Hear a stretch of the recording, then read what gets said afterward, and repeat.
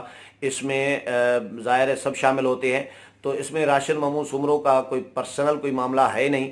تو سندھ میں اجازت رہی ہے بہت سارے issues per. Kala Bagh dam per J you آئی مرکز کا یا جے یو آئی پنجاب کا موقف الگ رہا ہے ماضی میں بھی, اور کالا باغ ڈیم پر پھر جے یو آئی سندھ کا موقف جو ڈاکٹر خالد محمود سمرو پیش کرتے تھے وہ بالکل سندھیوں کی خواہشات کے مطابق ہوتا تھا.